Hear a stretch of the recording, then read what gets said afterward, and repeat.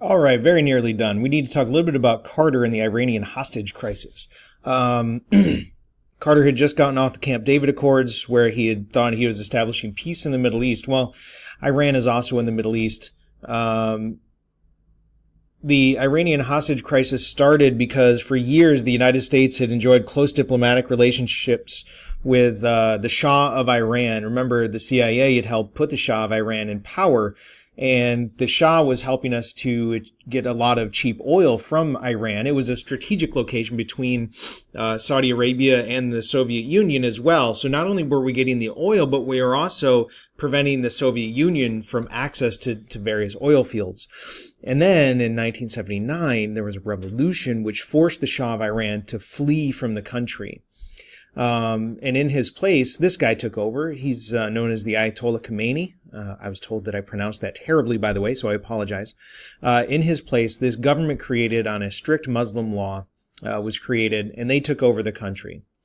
And when President Carter let the Shah come to the United States for an operation, this really angered the Iranians, and a mob overran the U.S. Embassy in Tehran, the capital of Iran. And they took everybody inside hostage. The demand that the Iranians had in exchange for the release of the hostage was that the United States turn the Shah over to the Iranians. The United States and Jimmy Carter, knowing that this would probably be a death sentence for the Shah, refused to do so. And for 444 days, these Americans were held hostage in Iran, and the Iranians didn't like the United States very much. And the United States in return didn't really care for the Iranians much. And again, this kind of feeds into that backlash against Jimmy Carter, who was elected because he was seen as somebody that was a faithful and trustworthy person. But now there's this backlash against Carter and his liberalism, which is seen as a failure again. And because that fails, Carter did try to rescue these hostages sent in the military and a couple of helicopters, and that fails, which made Carter look like he was fairly weak as well. So you have this fear of a weak president.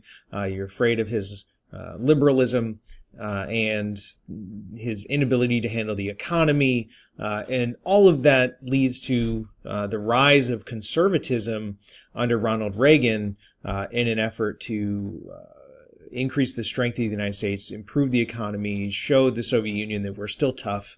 In fact, the hostages are released on the day Reagan is inaugurated because they just didn't want to give Carter the satisfaction of freeing the hostages.